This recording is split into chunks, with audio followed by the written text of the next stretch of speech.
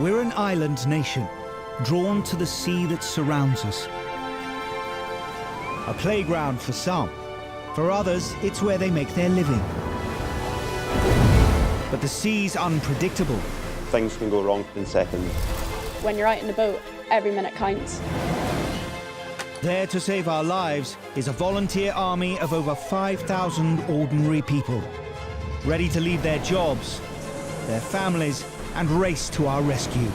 When the pager goes off, your body's full of adrenaline. Okay guys, go, go, go. There's potentially a family out there with somebody missing. Okay.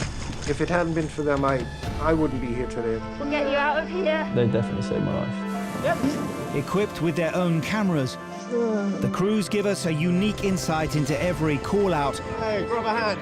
As only they see it. You're doing really, really well, buddy. Guys, we need to get him in. Get him in, get him in. For those who risk their lives, it has become a way of life. To know that you've helped save a life. Let's get you in. It's such an awesome feeling. Hold on!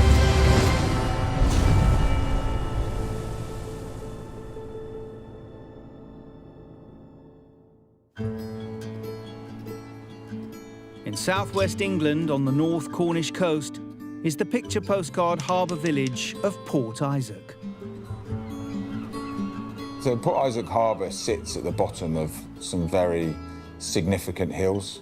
The streets are very narrow. You know, they were designed for horse and cart back in the day. They didn't really have to contend with cars or masses of people. Back then, they just needed to fit people in a tiny little village. It's definitely very picture book. Windy streets, old buildings, fishmongers down the road. And then you've got the fishing boats in the harbour as well. Also in the harbour is the current Port Isaac lifeboat station. All right, forward, forward. Swing round to me. So the lifeboat we have in Port Isaac is a D-class, which is a small rib. It's quite versatile if you need to get into small places. Where we are on the coastline, there's lots of nooks and crannies. The coastline is very rugged. I'd say it's unforgiving. Many of the shouts Port Isaac respond to are related to tourism and leisure pursuits, such as sea kayaking, surfing, and more recently, coast steering. 2, 3. Coast steering, in a nutshell, is a guided walk of the cliff faces. You can either swim the course or you can get out with the guys and climb to points that they know are safe, and then they jump in. Coast steering is a really nice way of exploring the coast. You see a different aspect of the coastline. Like normally, you'd take the coast path and you'd look down on the sea. I love it. Yeah, it's a very exhilarating, great way to clear your mind at the end of the week.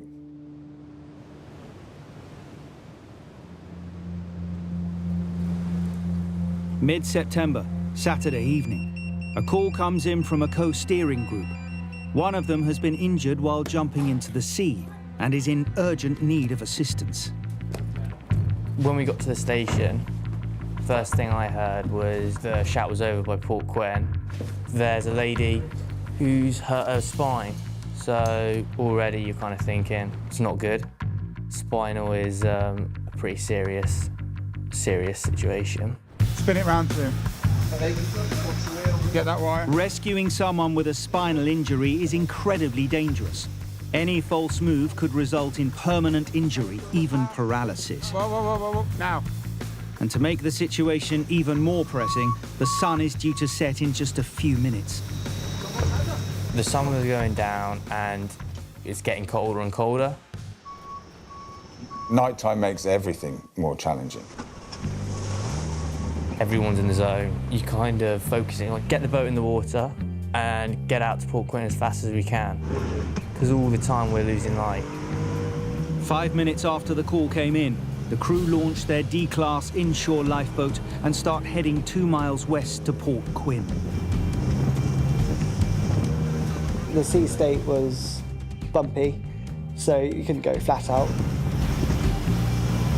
you're getting there as quickly as you can. Well, we need to get there. Like that's it. Like you can't overthink it. You just need to get there and see what it is, and then make a plan. Spinal is quite serious injury, so you've obviously got to be careful about how you transport someone. And in a boat at night in the swell, that could be quite a difficult task. It takes the crew 10 minutes to reach Port Quinn, by which time night is almost upon them. So as we came in through the mouth of Port Quinn, we could see the coast steering group higher up, and then as we followed the eye down, we could see the lady who had both hands clinging to the face of the cliff. She looked like she was in quite a bit of pain, wasn't really moving. So we quickly determined that we needed someone on the rock with her, like we needed one of our crew on there. Damo was the most qualified to make a medical assessment of her. He's got casualty care through the RNLI, and he's also a first responder. Martin, I want you to just put me on the rock. Yep. Yeah, and I'm going to go ashore and just assess what's going on here. Okay. And I made the call that I would go ashore. Yeah, take your hand out. Yeah. Where she was, there was like quite a nice spot at the bottom of that slope where we assessed that we could make a rock landing there. We're nice and clear off our stern, so what I want you to do is bring me in there, so just off here. A rock landing is a highly skilled manoeuvre. The lifeboat needs to be edged into shore and held against the rocks, just long enough for Damo to disembark. Nice and steady. When you're making the rock landing, you're keeping an eye on the sea. You're keeping an eye on how close you are to the rock. The approach has just got to be controlled. Happy, Skip? Martin put the nose on the cliff for me. Safely on the cliff face, Damo needs to find out from the coast steering guide what's happened to the casualty and how the accident occurred. Did you witness the jump? Yeah, it wasn't a bad one. No, it's a bit of a windy. Just like maybe legs weren't quite tense. Yeah. It's landed a bit on a bum. What's her name? It's Lizzie. Lizzie. It said that she had jumped from a ledge and landed awkwardly into the water, and then she had swam a short distance with their help to then get up and out of the water. What I want you to talk me through is what happened in your eyes, yeah? How? I don't know, I just hit the water and I... Which jump did you go off? Corner. Okay, cool. And I just instantly, I don't know, I just felt enormous pain all through my body, and then every time in the water, every time I kind of move back or forward, it's just too much pain. Okay, cool. When we come across a casualty like Lizzie, we have to either calm them down or we have to boost them up. And on that day, we needed Lizzie to help us help her. So we needed her to listen and respond to the requests that we were putting forward. Okay, cool. Right, so you can just hold my hand and just squeeze, and then I'm going to push against you. I just want you to push back against me. So push against me. So push down that way. Yeah. Push. Coast Guard, yeah, we will do. Where does that? Back? Yeah, I feel it straight in my back. Okay, cool. Just doing everything possible to understand the degree of injury that she's got. Right there. There? Okay. Which allows us to then carry out a risk assessment on the whole life over limb approach to her extraction. A life over limb assessment is made when the urgent need to get a casualty to medical help outweighs the potential risks of moving them. All right, gents. Time was of the essence. That was very short. This is Alpha, go ahead. Yeah, Sean, with failing light, we're running out of options, so I think we're going to have to extricate. Over. Ordinarily, the crew would call for the Coast Guard helicopter to scramble and extract the casualty. But in this case, both location and time are against them. Helicopter, for me, the downdraft and the time we would have had to have waited would have added unnecessary risk to the situation. We don't carry a spinal board, neither does the Coast Guard. But there was going to be no ability for us to wait for someone with a spinal board because it was too precarious. The ledge was very narrow, about half a metre wide, and with fading light and black rock, it's only going to get worse. You don't want to stay here all night, so we need to move you from here, yeah? And we need to move you... Anyone with any spinal injuries, the consequence obviously is quite significant. Sometimes we can deal with the casualty and we can allow them to be completely isolated from it all. Trust us, we've got you, we'll sort it. But on this occasion, we needed Lizzie to become a part of the team then and to help us get her off the rocks as safely and as calmly as possible. Having set off earlier that day with her partner for a fun day's co-steering, mum of two Lizzie now finds herself playing a central role in her own rescue. It's definitely one of the worst pains I've ever felt in my life. It feels similar to late stages of labour. That's how it felt. So the pain you've got at the moment, on a scale of 1 to 10, where would you put it? About a 7. About a 7. I think being in that environment and feeling a bit cold, very wet, being so far away from my children and home, added to the, you know, the whole pain experience. Just give me 2 minutes, let me chat to those guys, and we're going to work out the best way we can take you out with minimal input, yeah? I felt very exposed, very vulnerable. I felt like I would never get off those rocks, is how I felt. The two options we had on the day was to trying to walk the casualty from the narrow ledge up the rocky face. Okay.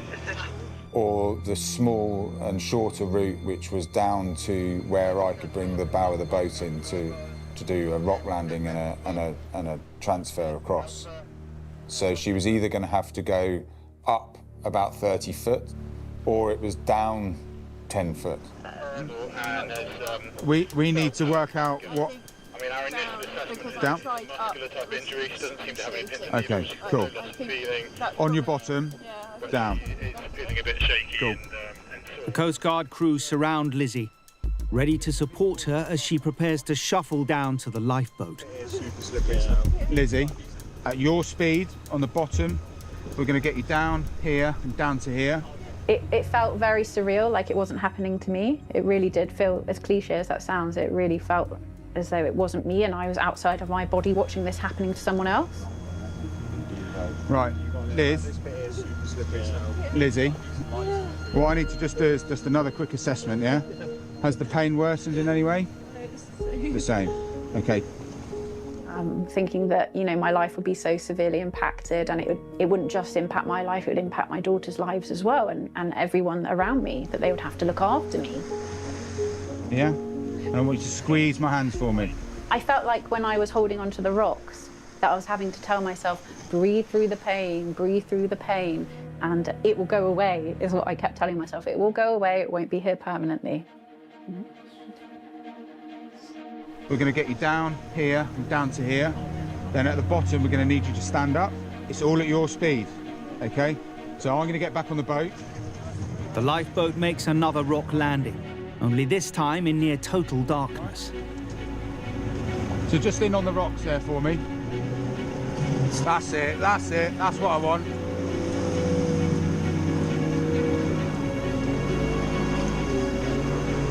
The fact that it's a spinal makes moving a different battle entirely. So getting the boat onto the rocks and then keeping that stable for the lady is paramount, really. Yeah, everyone happy? Is Lizzie happy? Right, on my shout. She arrived on very slowly with a lot of support.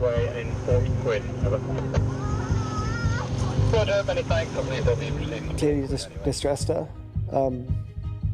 which was, you know, that's hard to see when you see someone else in pain. That's hard.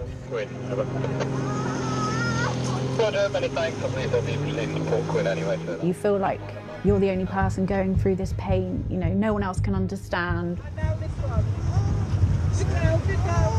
Try and sit her up. Try and sit her up. With Lizzie now sitting in a moving boat, the decision is taken to transport her to solid ground as fast and as safely as possible, which means landing at the nearby slipway at Port Quinn. So the run to the shore was very controlled. aka slow. Is she happy? Just having a breathe a minute. All right. We're in no rush. I'll make just slow way. We were making sure the casualty was okay at all times, just checking in with her pain, making sure it wasn't any worse. They took it really slow and steady, and they tried to take a very light approach to the shore. What we've got to remember is we want to drop in tide, so we don't want to dry out. Quite shallow there. Yeah. Travelling as steadily as they can to smooth the journey back to land, the lifeboat finally reaches the slipway at Port Quinn, where an ambulance is inbound, ready to rush Lizzie to the Royal Cornwall Hospital in Truro. Cheers, well done, boys. Thank you. Cheers, Lizzie. Take care, no worries. Yeah, so when I got to hospital, they ran a CT scan and they found out that I had a L1 vertebrae fracture and that I also had a small bleed in my stomach. And that would have all been from the impact of hitting the water the way that I did.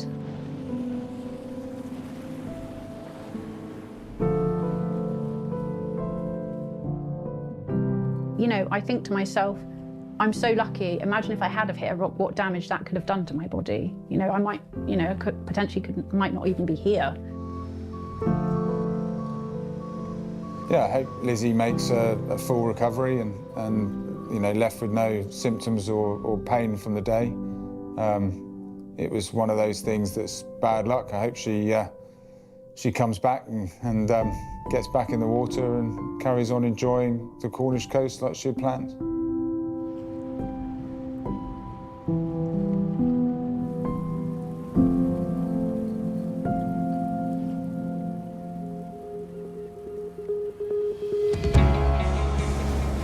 Whenever their pagers sound, the volunteers of the RNLI immediately find themselves under pressure. There's always a pressure on the job, and that pressure starts the very second the bell goes. Pressure can be caused by various factors, by the sea conditions, by the casualty, and being in various places and in various states of mind. Probably the hardest pressure when you've got to find someone and it's a very sort of time-critical situation. There's someone in the water, someone's jumped off a bridge, something like that's happened. It is definitely a sense of pressure, but I think your constant amount of training that we get helps you to channel that pressure into energy that's useful. No, we're not worried about the boat. Take my hand! You do feel a certain amount of pressure. I mean, it's a big thing that you're doing. But when you're in the moment, we know exactly where we should be and what we should be doing. Good afternoon. So yeah, you have a pressure because you want to do the right thing and you want to save lives. I mean, that's what we're there for.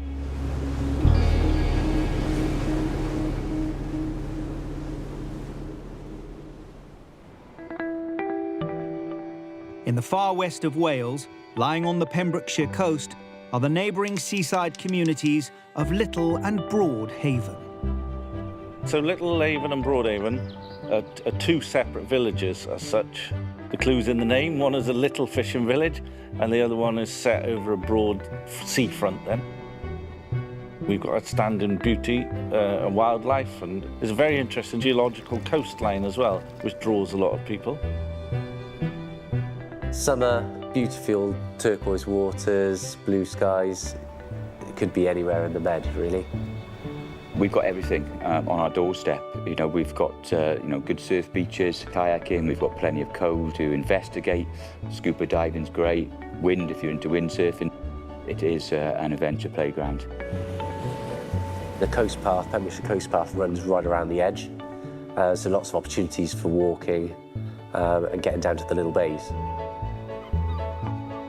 Watching over this playground, as it has done since 1882, is the Little and Broadhaven lifeboat. The station is situated in Little Haven. The lifeboat we have is a D-class lifeboat. It's quite small. So with the D-class, we can go right up to the beaches, into the rocks, to get the casualties. End of August, Saturday afternoon. A northerly wind gusting force 4 to 5, building up a rough and choppy sea. The pages come off. I'd just come back from windsurfing, so I was aware of the wind strength, wind conditions. Initial brief was capsized dinghy, 3 people in the water. It was coming through to Mayday. A Mayday shout is an immediate launch. A mayday is the most serious distress call at sea and goes out to all vessels in the area in the hope that they might get there quicker than the inbound emergency services. In this instance, we had to reverse down the slipway, run down, jump in the boat, and we were off. The lifeboat launches at 2:30 p.m, 11 minutes after the call came in. And at exactly the same time, 10 miles northwest, the St. David's lifeboat also launches in response to the mayday. We were heading to an area called Pennycombe, which is roughly 5 nautical miles. On a good day, you'd look in 10 to 15 minute run time. On this particular day, it was quite a rough chop and quite a strong wind coming straight at us. With the northerly wind, we could only go about 80 knots, so we were kind of slowed down because of the sea state. We had the wave, surf and wind against us, and obviously we're time critical trying to get there, so you're trying to push as quickly as possible. Hey! Yeah? Stop back! Stop back! Stop back further on the boat if you want comfortable. Okay. Yeah, take your legs. It is very frustrating because you've potentially got people in the water, potentially they're injured, and with every wave that comes, it holds you back, it slows you down. As the crew battle through the waves, they make contact with the other inbound assets to try and establish how close they are to the casualties. They said they were responding to other vessels and just stand by. St. David's were en route, and Newgale lifeguards. So we'd be in touch with them also, trying to find out any information they had, and what time we were all expecting to arrive on scene. But just as they're getting an update from the St. David's boat, Our radio's gone off. Gone off. We lost power to all of our electronics. So we had no GPS, we had no radio, so we're not receiving any updates. the crew use a handheld radio to try and re-establish contact as they continue struggling against the headwind, which turns their 15-minute journey into one that takes almost 10 minutes longer. Right? Yeah. White boat straight over there. Straight out. As we started to get closer to the location, we started to see there was other vessels in the area. There's a jet ski. I remember seeing a jet ski and a smaller fishing boat, and we could see St. David's all-weather boat starting to arrive in the distance as well. What the crew can't see as they draw closer is any sign of the casualty vessel, or more importantly, the 3 casualties. Go into the jet ski. Yeah, okay. The closest was a lifeguard jet ski that come from Newgale. As the crew make their approach to the lifeguard jet ski, they spot someone else sitting on its rescue sled. The jet ski had a gentleman on the back, which was one of the casualties. He had no life jacket on. He'd been in the water fully clothed. He seemed a little bit shocked and cold, but he was alert. The crew also learn that one of the other 2 missing casualties is his daughter.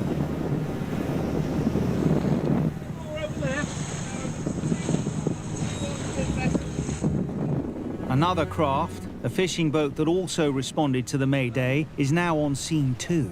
It has picked up the daughter and her friend and tied a line to their sunken vessel to stop it drifting away and becoming a navigational hazard. Give it a shout. That initial news that the casualties are safe is your first point of concern. So yeah, big relief that, yes, casualties are safe. With all 3 casualties now accounted for, the ILB heads over to the St. David's lifeboat to discuss the next stage of the rescue. Quite often, with a shout of that nature, the all-weather lifeboat will sort of take the position of on-scene commander. So that's what we did. Yeah. Just capsized, it's not all damage. Yeah. I was thinking is we could have the guys on here. Yeah. You guys can ship them across to us. Yeah. We get all their kit and them up on here. Yeah. The initial action we decided to take was to transfer the father We'll take him on to the big boat. over to St. David's all-weather boat. We'll come up alongside, and then you go in through the rail, okay? Brilliant. Yeah. Very kind. No stress, mate. We'll try and get you right, all right? Take your time. Thank you very much. That's very kind. We got a fuel can. Fuel in that can. Once he was safe, then we returned to the fishing boat. Right, who's coming in? And we picked up the 2 casualties from there. The younger casualties, they were cold. I think the female casualty was quite cold. The crew take the last 2 casualties over to the St. David's boat. I know. Grab my wrist. Lovely. Nice, well done, you're all right. To be reunited with the female casualty's father. She seemed a little bit rattled, more than the skipper did for sure. Anyway, we got them on board as quickly as we could and put them in the wheelhouse, put some blankets around them. Is this your water bottle as well? Nice. And gave them some reassuring words, and then they relaxed pretty quickly once we'd got them on board. Tarquin, the skipper of the rescued vessel, had set out that morning for a short sail across the bay with his daughter Avril and her friend James. My daughter was laughing with me and the sun was out, and suddenly over we went. Just like that. Either a wave pushed us over or it was a big gust of wind, or maybe both. I do feel responsible because they were in my vessel. And I think anybody who has a vessel always feels responsible for passengers on board. I gave my actual life jacket to my daughter, and I had a spare life jacket, and I gave that to her friend. Fortunately, her friend managed to keep his mobile phone. And I said, well, just phone the Coast Guard. I just told my daughter to be very calm and to just lie there, really. I said, don't worry, because I said the lifeboat will be here soon. In fact, it was the lifeguards on their jet ski who arrived first, closely followed by the fishing boat.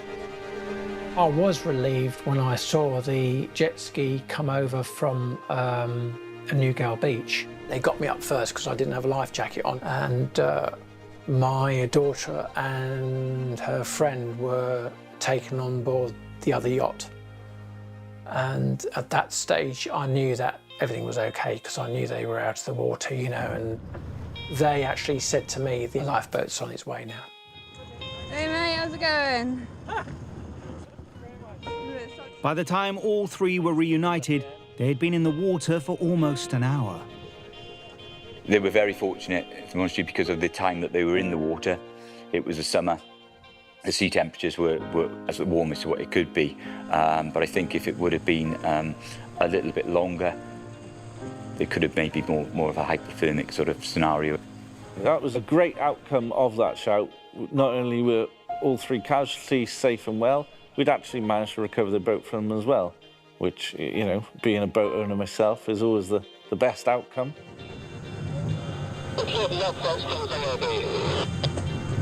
St. David's ARV, many thanks for the escorts.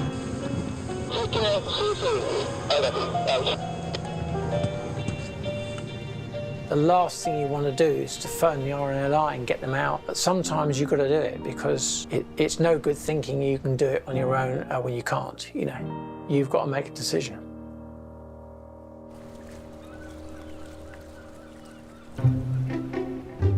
Nestled in the dunes of the Dorset coast, looking out onto the sandbank that shares its name, is the harbourside parish of Mudderford. Mudderford's a small fishing village with a lot of history. It's a pleasant place to come on holidays for the summer. Seagoing activities in the area are quite popular, sailing, windsurfing. We've got some lovely beaches here, so we get a lot of people on the beach. There's been a lifeboat here in Mudderford since 1963, responding to an average of 60 call-outs a year. The shouts at Muddyford are very varied.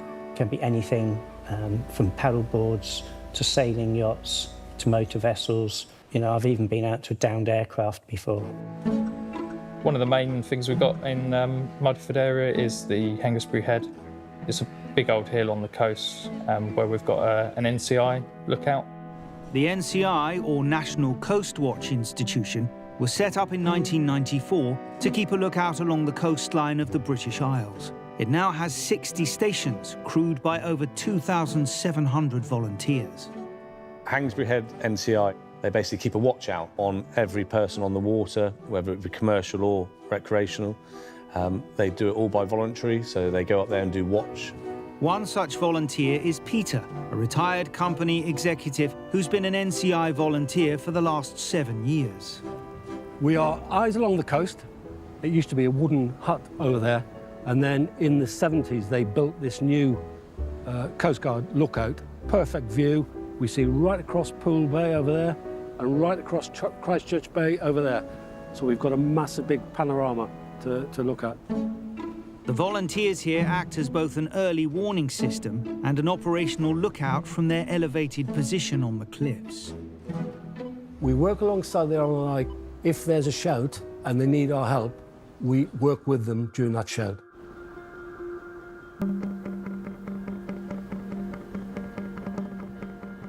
Late March, a sunny but blustery Saturday morning. The pagers sound for an immediate launch. I was preparing my daughter's room for decoration. Looked at my daughter and said, sorry, and ran out the door. When I arrived at the station, I was informed that it was a PLB, a personal locator beacon, that had gone off somewhere in the Poole Bay area. A personal locator beacon is a small radio device designed to alert search and rescue services in the event of an emergency. PLB activated off of Southbourne, apparently. When we've got a PLB set off, we know that there's at least one person that could be in danger. It could be a boat that's sinking, it could be a boat that's capsized, it could be people in the water. We are ready when you are. It was time critical. We knew that we needed to get out there as quick as we possibly could. This time of year, the water's almost at its coldest. The sea temperatures can be 10 degrees. Anybody in that water, their survival time is greatly reduced. The crew launch their B-class inshore lifeboat and start heading the 3 miles west to the location of the PLB signal. 5 minutes. The conditions that day were quite bad, about a full 7 or 8 southwesterly. So it was probably on the edge of what our boat and our crew are capable of. When we launch into those sort of conditions, our biggest concern is whether we're actually going to be able to find people. Because we're so low down in the water in the lifeboat, we do struggle to see stuff that's in a large swell. I spoke to the helm and said, I'm going to speak to the NCI on Hengistbury Head to see if they've got any eyes on anything in the bay.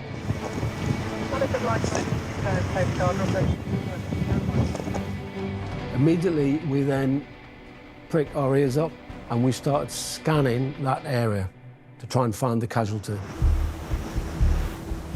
The crew continue heading to the last recorded signal of the PLB, knowing that with every passing minute, those coordinates are less and less reliable, and the chances of finding the casualty greatly reduced. With those sort of conditions, people can drift quite quickly. We don't know what we're going to, we don't know what we're searching for, so just keep an eye out for everything.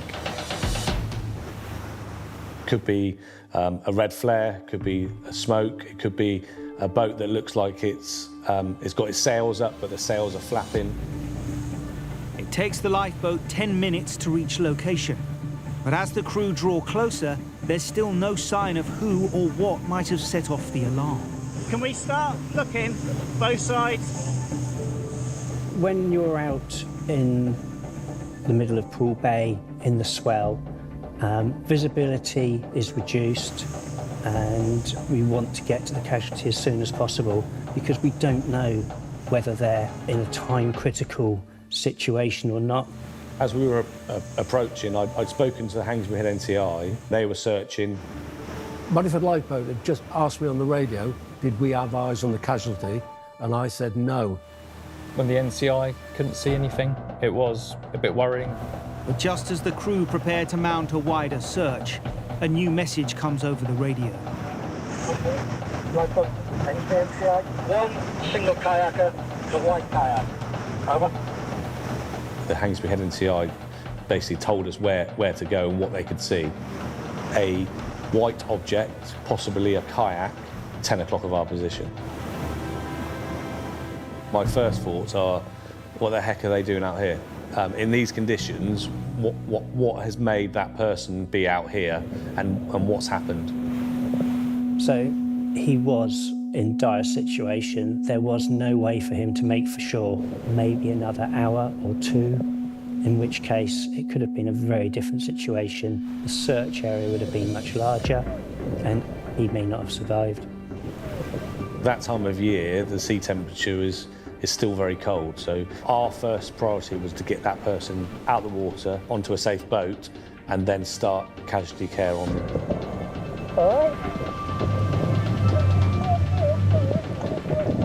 The extraction that day was quite a quick one. As we approached the casualty, we checked that he was okay. He responded back to us, and he actually, before we could get to him, he jumped in the water and headed over to the boat himself.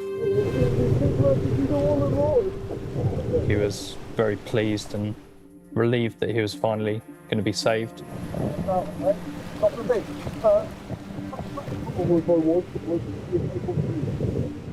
I think as soon as he realised he was safe, he started getting a little bit more confused and cold, and we were quite concerned about hypothermia setting in. You're on your own.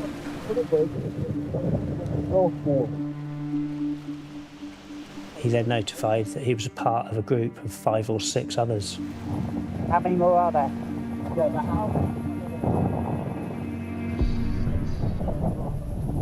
Suddenly it becomes clear that the crew's search is not yet over. So although 30 seconds ago you were coming down thinking that you could relax and everything was all right, all of a sudden it no longer is. He's reported that he was with 6 other people. He believes they've gone towards Southbourne. The crew relay this information to the NCI team, who immediately start looking for the rest of the missing party. Sit on top high extreme kayaks, headed from Poole to Avon Beach. We have one. We were obviously immediately concerned because we really needed everybody looking out for these kayakers. So my thoughts then were divided. We had a casualty that needed to get into shore, needed to warm up quickly, but we also had the possibility of more people out here. He's all right to stay on here, isn't he, while we search? We put thermal protective aid over the casualty to try and start warming him up, and started searching at a slow speed. Again, heading back towards Muddyford, but also searching for the casualties at the same time. Yeah, by the time we get there, with a bit of luck, they'll have accounted for the rest of them. Until you have confirmation that the group has been found, you're staying in search mode. So we are constantly doing something active to try and locate people in the water. The NCI team also continue to search, though their position on the hill creates a blind spot in the bay that only the lifeboat can see. Certainly my bit of area of concern is in here, really.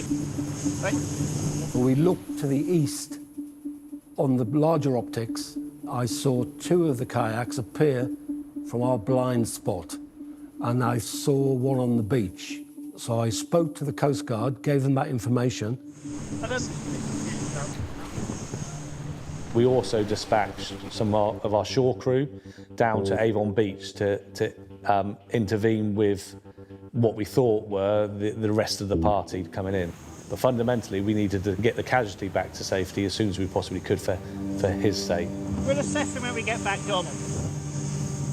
A decision was made at that point, drop this casualty into the lifeboat station where he could get warmed up and not deteriorate any further, and then immediately come back out and find out whether this group that was off of Avon Beach was in fact the same group that we were looking for.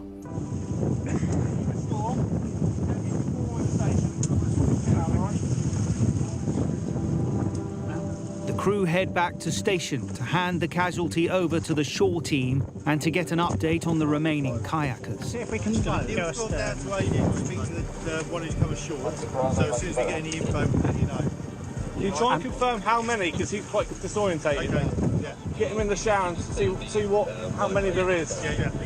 Once we had dropped the casualty off, the shore crew had spoken to the remaining people on Avon Beach. It was made relatively clear that the 5 people had made it safely back to Avon Beach and that there was no one further out in trouble. So we've got confirmation from our Bravo call sign that is the car park with the team that made themselves.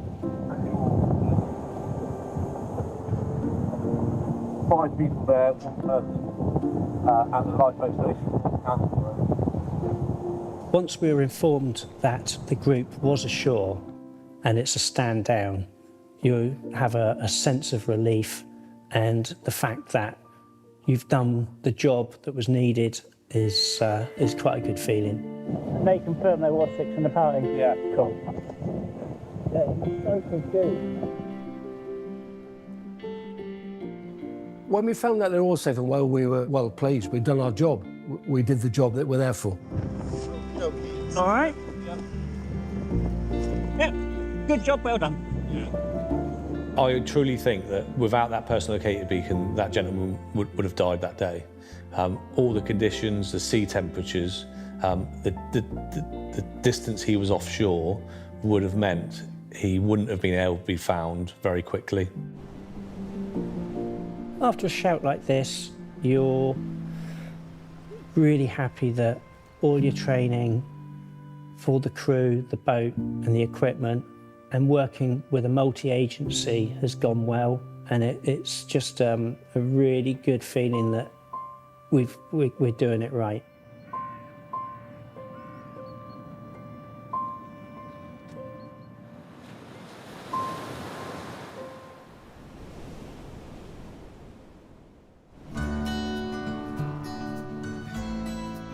Just north of the English border on the east coast of Scotland lies the ancient fishing port of Eyemouth.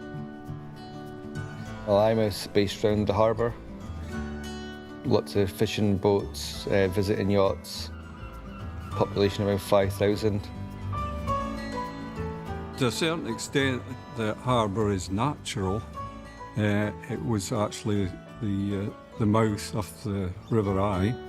Originally, boats would just be beached, or they would be hauled up onto the banks. As fishing got more prosperous, they built a pier, and the harbour's been extended since then. Although no longer entirely natural, the harbour still attracts its fair share of wildlife. Our harbour area has become something of a zoo with tame seals and swans. The main attraction in the harbour, regards to the wildlife, would be the seals. There's a place on the harbour side where you can actually pay to feed the seals, and during the summertime there could be up to 20 seals floating around in the harbour looking for fish, or pestering fishermen for an odd scrap or something. Though now more of a tourist destination, the harbour has been the centre of Eyemouth's fishing industry since the 13th century. It also bore witness to the town's greatest tragedy, when on October the 14th, 1881, the entire fleet was wiped out in a single night, known locally as Black Friday. So the fishermen on the day of the disaster would have gathered here. It looked like it was going to be good weather, so that's why they made the decision to sail. So the whole fleet sailed, and then the sky darkened, winds became hurricane force. So the majority of the boats that did try to come into Eyemouth were broken up on the rocks, capsized. There was a lifeboat at Eyemouth, but in those days, lifeboats were manned by fishermen. So the majority of the crew were actually out at sea. The coxswain of that lifeboat was actually one of the casualties of the disaster.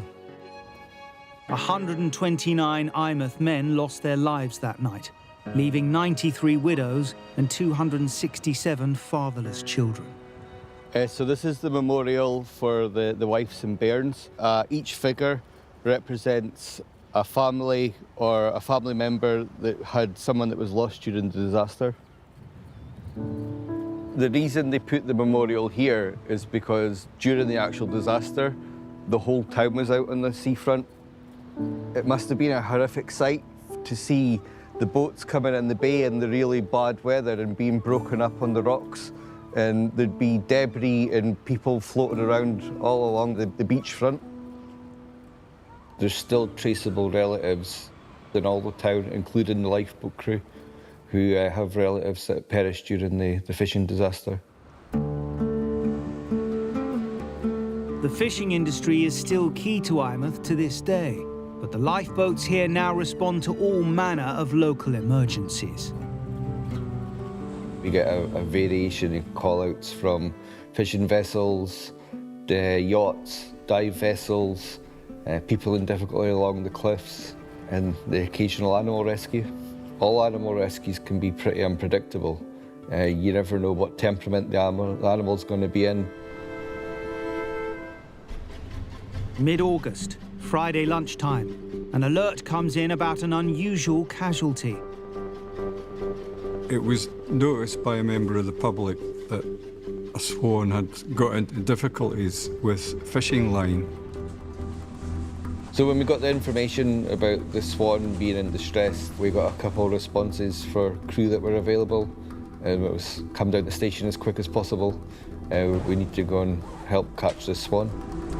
A pair of swans have been a permanent feature here in Eyemouth Harbour for decades. Yeah. The male is always called Jock, and the female is always called Jenny. It doesn't matter if there have been different swans. The adult male and female swans have always been Jock and Jenny, and every year they tend to have a group of cygnets swimming around behind them. Within minutes of being alerted, the crew prepare to launch their inshore boat. Volunteering for the RNLI, you've got to be compassionate for everyone. You join the RNLI to save lives. It doesn't really matter what the life is. 1, 2, 3.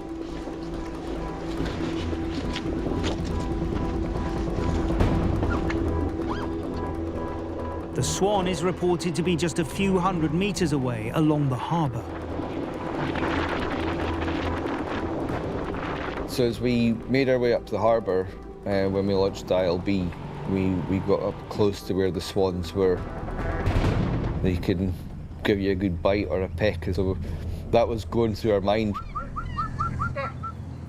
Come on. Approaching an animal with a bright orange boat in the natural world is sometimes a danger colour to them, so you have to approach with caution. You never know how they're quite going to react. The swan was pretty agitated. The other 3 swans there were quite distressed as well. Nature's quite cruel at times, but if you see an animal in distress, it's not nice to see. So do you know that? We realised that it wasn't just a fishing hook, but also had a rather large lengthy fishing line attached to it, which was tangled in a bunch of seaweed. So there was quite a weight that was attached to the swan as it was swimming around, dragging it behind it. You could clearly see it was uncomfortable. The weight attached to the fishing line must have been really horrible for it. It was moving its neck around. It was pretty distressed. the fishing line gave us something to worry about as well. It's all right. If the fishing line did get caught into the propeller, then the Swan could have been pulled towards the engine. The crew gather the line as they try to move closer. So we made a few attempts going back and forward with ILB.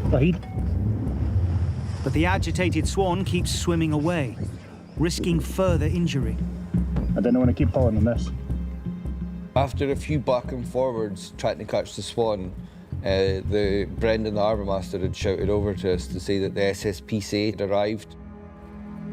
The SSPCA, the Scottish Society for Prevention of Cruelty to Animals, had been alerted about the Swan at the same time as the lifeboat station. So I arrived at a harbour and there was countless people sitting, kind of watching this swan. Are you happy to come on here? So we went over to the slipway to pick him up. Nice one. This was the first time that I've been on a boat for a rescue. Rory is given a life jacket and they head back over to the Swan, with Swan Hook at the ready. A swan hook, it's just a big pole with a hook that you can kind of hook round their neck and kind of pull them in towards you. So we moved the boat back over towards the Swan, the other adult swan that didn't have the hook, and started hissing and puffing its wings up.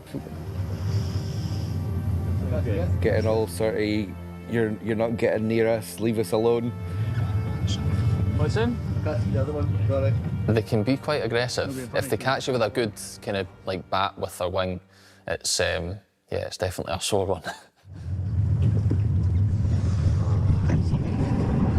You'd let you do with a second boat. It just didn't want us anywhere near it. It was putting up a good fight. What's the line? And eventually we managed to shepherd it or corral it into a corner between the pier and a boat. Once we had cornered the Swan, got it in close enough where I was able to actually grab a hold of it myself and bring it aboard the boat. Try and get it on board. Nice one. Nice one, that's better. You're all right. All right, calm down, calm down. With the Swan now safely aboard, Rory gets to work trying to free it from the fishing line and hook. The first concern is the fishing line itself getting tangled round the neck and actually strangling. We got that loose before actually dealing with the hook. Is it coming down the bottom side? It was, but it's not anymore. It's all right, you're all right. You could see the hook was through the black skin bit above the Swan's beak. And the hook was well in, so we weren't going to get out without using tools. We've got a pair of tough cut scissors. It'll cut the string, but the tough cuts will only cut the hook. Right. They're just like medical scissors. I'd asked Rory, I was like, have you got any tools with you? And he was like, no, they're still in the van. And we're like, oh, what are we going to do now? Yeah, potentially push it through. The hook's not through. Luckily, all the commotion trying to catch the Swan has drawn a crowd, who now prove useful. Pliers. Snips or pliers. Snips would be best. Or if you've got thin-nosed pliers. A tradesman who happened to be working in the harbour hands down a selection of his tools to the crew. I go snips first. It's long-nosed pliers. Cheers.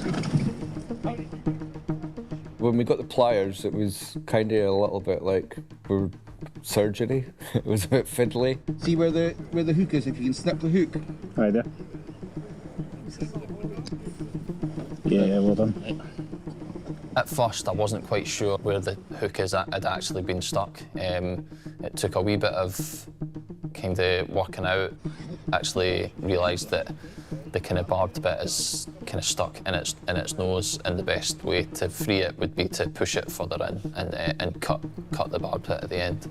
You've cut the end of the hook, it's just getting it at the barb. The barb's the bit of metal on the pointy end of the hook that once a hook goes in, it stops the hook coming back out again.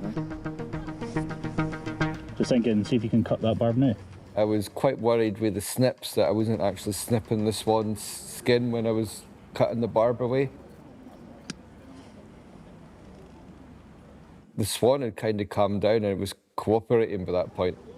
With the Swan now working with the crew, the barb is finally cut free. Well done. Well done, lads. Luckily, any wound that was left was small enough that I was okay to release it and for the salt water to actually clean it itself, rather than actually taking it to a vet and possibly stressing it out even more.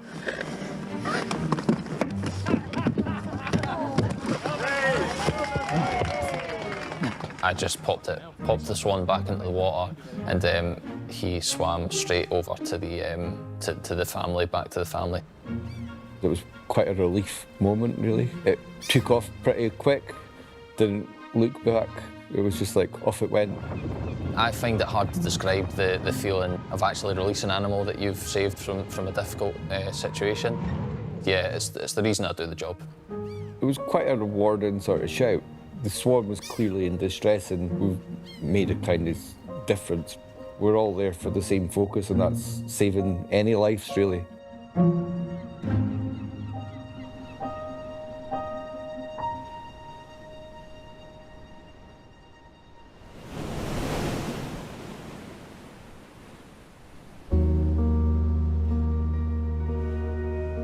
After capsizing near Little and Broad Haven, Tarquin wasted no time in setting sail once more.